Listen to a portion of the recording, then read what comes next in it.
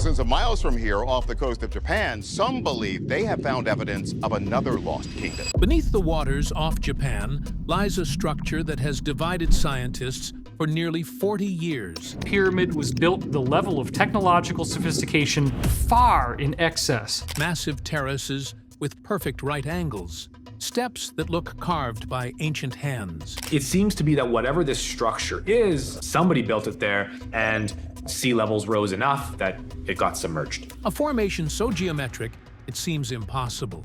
I don't know how they did it. All I know is they did it. I don't think anybody knows how they did it, how they lifted those stones, how they brought them up to that level. I think we're looking, again, at a lost technology. Some call it the ruins of a 10,000-year-old lost city. Others insist it's purely natural. The evidence points both ways, and the truth might be stranger than either explanation. The haunting discovery. In 1986, dive instructor Kihachiro Aratake was leading tourists through the waters off Yonaguni Island, Japan, hunting for hammerhead sharks. At 25 meters depth, something caught his eye, a massive shadow rising from the seafloor. As he swam closer, his heart stopped. This wasn't jagged coral or irregular volcanic rock. It had edges, platforms, and right angles that seemed out of place in the chaos of the ocean floor. Even in those shallows, its full form was overwhelming, stretching nearly 150 meters in length and 40 meters in width. To put that in perspective, this structure is longer than a football field and as tall as a 9-story building, sitting on the ocean floor, covered in algae, and completely unknown to modern history until 1986. Terraces ran down its sides in giant steps, as though a staircase built for giants once rose here and now collapsed into the sea. Wide, flat platforms extended out like gathering places, eerily similar to plazas where ceremonies might have unfolded. And cutting across it all was a trench so straight and precise that divers quickly began calling it the Road, a name that only deepened the impression that this was more than a natural formation. The more Aratake swam, the more uncanny details he noticed. A triangular platform jutted out at an angle, commanding attention like an ancient altar waiting for a ritual. And emerging from the shadow, he saw what looked like a massive face carved into stone, a mask-like outline with 2 hollows resembling eyes, a ridge suggesting a nose, and the faint impression of a mouth. This part of the monument became known as the face, a feature that would fuel decades of speculation. Was it truly carved by human hands, or was it a trick of erosion and imagination? The ocean does strange things to stone, but there was something haunting about those empty eyes staring into the endless blue. Today, the structure lies drowned beneath restless waves, but the world it once belonged to was nothing like ours. During the last ice age, between 10,000 and 20,000 years ago, sea levels were more than 100 meters lower than today, their waters trapped in colossal glaciers that smothered continents. Back then, Yonaguni's southern coast would have stretched far into what is now open sea. And if this monument once stood above the surface, it would mean that long before the pyramids pierced the desert sky, long before Mesopotamia built its first cities, and long before history itself began to be written, prehistoric hands in Japan shaped stone into a masterpiece of impossible scale and precision. Such a truth would not just challenge our understanding of civilization, it would shatter it. Other divers who followed in Aratake's footsteps claimed they could see markings, faint lines across the sandstone that looked uncannily like an ancient form of Japanese writing. These markings were faint and barely distinguishable, but while some skeptics were quick to dismiss them as fractures caused by natural stress, to others they were proof that someone, long ago, had stood on these same stones and left behind their words, their symbols, and their identity, now blurred and battered by the tide. But the sea does not give up answers easily. Archaeologists working near the site have uncovered pottery shards, primitive stone tools, and evidence of fireplaces dating back to around 4,000 years ago, 1,500 years ago. Some finds have been dated to about 1,600 years ago, suggesting that humans have lived on and around Yonaguni for millennia. Yet none of these artifacts directly connect to the monument. They whisper of life nearby, but not of construction, leaving a haunting question dangling in the depths. If this was a city, where are the remnants of its people? As of now, the Japanese government has chosen silence. The monument is not recognized as a cultural artifact, not preserved as an archaeological treasure, and not even given the status that would protect it as the possible legacy of an ancient civilization. Instead, it remains untouched, left in the hands of independent researchers and divers who risk the shifting currents to study its form. But this official refusal only amplifies the mystery. But who did this lost city belong to? And how much of their story have we already lost forever? Kimura's lost civilization theory. For 25 years, one man has risked his professional reputation on Yonaguni. Masaki Kimura, a marine geologist at the University of the Ryukyus, has dedicated his career to proving that this formation isn't natural. It's the ruins of a lost civilization. He's documented over 200 dives, measured every angle, and cataloged dozens of features he says cannot be explained by geology alone. His colleagues call it pseudo-archaeology. He calls it the truth. Kimura was not a casual observer. He was experienced in studying the geology of islands shaped by volcanic fire and restless tectonic plates. When he first examined Yonaguni, he was struck by the eeriness of it all. The surfaces seemed too clean, the risers on the giant staircases too uniform. The angles came together at sharp points, in a way that looked drawn with a ruler. Natural rock rarely behaves this way, and to Kimura, this monument felt like walking through the ruins of an ancient city, rather than the debris of nature. This impression only deepened as he began to map the formation in detail, measuring its dimensions, comparing its features, and trying to distinguish what was natural from what might have been shaped by human hands. After examining the monument, his claims grew bold. Kimura argued that the monument was man-made, or, at the very least, that humans had heavily modified a natural formation to transform it into something monumental. The timeline he proposed was staggering.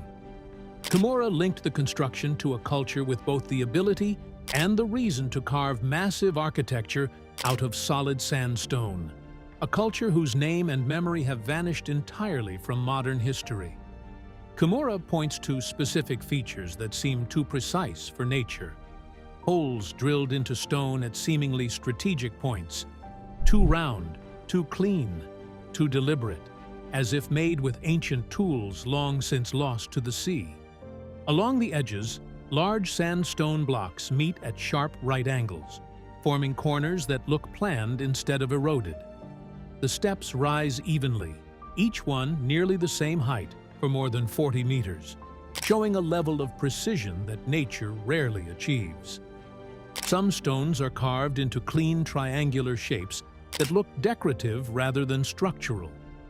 And running through it all is a long, straight trench, stretching almost 100 meters without curving or breaking. Cut so cleanly, it seems impossible to explain by erosion alone.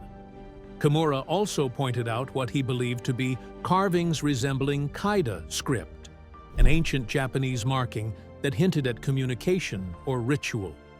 These were faint, worn smooth by centuries underwater, but in Kimura's interpretation, they were echoes of a written language, traces of a people who had once claimed the monument as their own. He went further, comparing large sections of the formation to recognizable structures, An altar-like pyramid rising in stepped layers, a broad castle with walls and courtyards, and a ceremonial plaza that opened wide like a gathering place for an entire community. Each feature, when viewed through Kimura's lens, added weight to his conviction that Yonaguni was no accident of nature, but the drowned remains of a city. The deeper Kimura dove, the larger his theory grew. He suggested that the monument might be part of something far greater than a single site. Perhaps it belonged to a chain of structures stretching across the seafloor, linked to settlements that once lined a coastline now lost beneath the waves. This suggests that Yonaguni was not merely a city, but the surviving fragment of a civilization erased by rising seas at the end of the Ice Age, its people carrying knowledge of architecture, ritual, and possibly spirituality that was advanced for its time. In Kimura's theory, the monument was both a ruin and a tombstone for an entire world.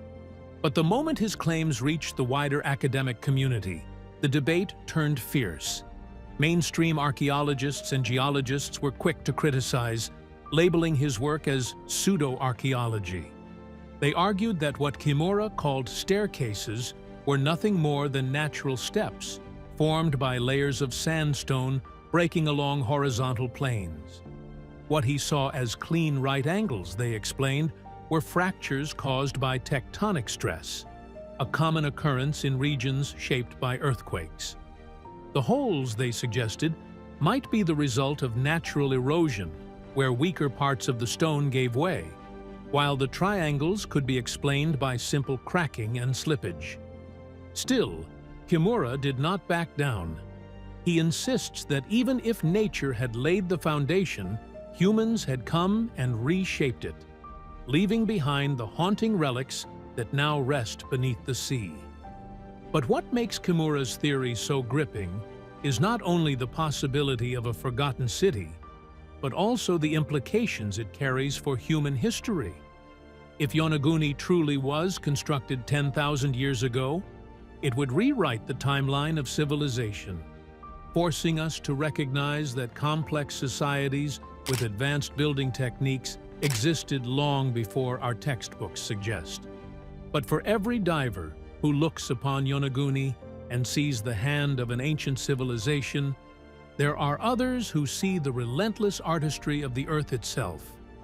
And in their eyes, the monument is one of the strangest natural wonders the sea has ever created. Natural wonder? Robert Schoch, a geologist from Boston University who had studied the Great Sphinx in Egypt, descended to Yonaguni expecting to find evidence of a lost civilization. What he concluded instead would infuriate Kimura and split the scientific community.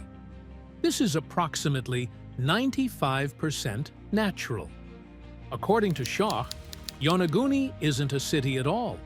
It's one of nature's most convincing illusions. He based his conclusion on the geology of the region. The seafloor and cliffs around Yonaguni are built from layers of sandstone and mudstone belonging to what geologists call the Lower Miocene Yaeyama group, formed nearly 20 million years ago. These rocks are layered, stacked like pages in a book. Over time, they split along both horizontal and vertical planes. When the fractures line up, they create neat blocks, steps, and right angles that look uncannily like walls and staircases. When you add this to the tectonically active zone of Yonaguni, it becomes the perfect recipe for natural blocks, terraces, and angles that mimic human construction. Schoch insists that over time, currents sweep across the stone, polishing the edges, wearing grooves into the surfaces, and exaggerating every angle until the rock begins to look less like a product of chance and more like a deliberate design. To the human eye, the difference is almost impossible to separate. And according to Schoch, this makes the monument a trick of perception that mimics the work of architects. But Yonaguni may not be the first of its kind, because around the world several geological sites support Schoch's view. On the coast of Ireland, the Giant's Causeway rises in tens of thousands of basalt columns, so perfect and hexagonal that they look like the paving of giants. Yet every piece was born from volcanic activity, as lava cooled and cracked into honeycomb shapes. In Iceland, similar basalt fields stretch like ancient architecture, built entirely by natural forces. In New Mexico, the Bisti Badlands are filled with eerie hoodoos and terraces sculpted from stone by nothing more than wind and rain. Even on Yonaguni itself, above the waterline, there are sandstone formations at Saninudai that look like step pyramids left by ancient builders, though no one claims they were carved. When you look at the Yonaguni monument from Shok's perspective, the staircases, the walls, the so-called road, and even its looming altar-like platforms lose their supernatural weight. Perhaps the most haunting part of Shok's view is the fact that he does not deny that humans may have noticed the site, admired it, or even altered it slightly. Shok pointed out that the island itself contains tombs, carvings, and signs that the monument's geometry may have inspired spiritual practices or ceremonies. This fuels the suspicion that the monument could have been turned into a place of gathering after it was discovered by humans. But how many other mysteries of the Earth lie hidden beneath the oceans? And what does this mean for the Yonaguni monument? Earth's lost cities. Stories of entire continent swallowed by the ocean drift through history, sometimes as myth, sometimes as science. Zealandia is the most striking. Almost entirely submerged beneath the Pacific Ocean, it lies across an area of nearly 5 million square kilometers, larger than the Indian subcontinent. Only its highest peaks break the surface today, forming New Zealand and New Caledonia. For millions of years, Zealandia has slept beneath the waves, thinned and drowned by tectonic shifts and rising seas. In the 21st century, geologists confirmed it as Earth's 8th continent, proving that massive land masses do not belong only to myth. They can rise and fall, appear and vanish, reshaping the map of the world without warning. But there's more. Beneath the Indian Ocean lies Mauritius, the remnants of an ancient microcontinent that once bridged Madagascar and India. Hidden beneath layers of volcanic rock and coral reefs near Mauritius and the Seychelles, geologists have found fragments of ancient continental crust more than 3 billion years old. These zircons, minerals far older than the surrounding ocean floor, reveal that Mauritius was once part of the prehistoric supercontinent Gondwana. As tectonic forces tore Gondwana apart around 85 million years ago, Mauritius fractured and sank, leaving only scattered traces beneath the Indian Ocean's surface and the volcanic peaks of modern islands. Farther south stretches the Kerguelen Plateau, a volcanic landmass the size of Western Europe. It once rose above the ocean, covered in plants and freshwater lakes, but is now lost under cold Antarctic waters. In Europe's own history lies Doggerland, the once fertile land bridge that connected Britain to continental Europe. 10,000 years ago, it was rich in wildlife, home to mammoths, deer, and the hunter-gatherers who followed them. Archaeologists have recovered stone tools, bones, and traces of settlements from the seabed of the North Sea, painting a haunting picture of a world that vanished as the Ice Age melted away. Perhaps the most disturbing part of this discovery is that the ocean may still guard stories we have not yet uncovered. So, what's the truth? After nearly 40 years of study, hundreds of dives, and examination by geologists from multiple countries, where does the evidence actually point? The natural explanation holds some undeniable advantages. This monument fits perfectly with the known geology of the region. Similar formations can be found not only underwater, but also on Yonaguni itself. It doesn't rely on missing evidence or speculative leaps. Every angle, every terrace, and every groove can be accounted for by well-documented geological processes. Yet the artificial theory refuses to fade away. Some of the angles and edges are so clean, so mathematically precise, that they almost dare you to believe they were carved by human hands. Certain features, like the triangular shapes and perfectly aligned holes, don't have clear natural explanations.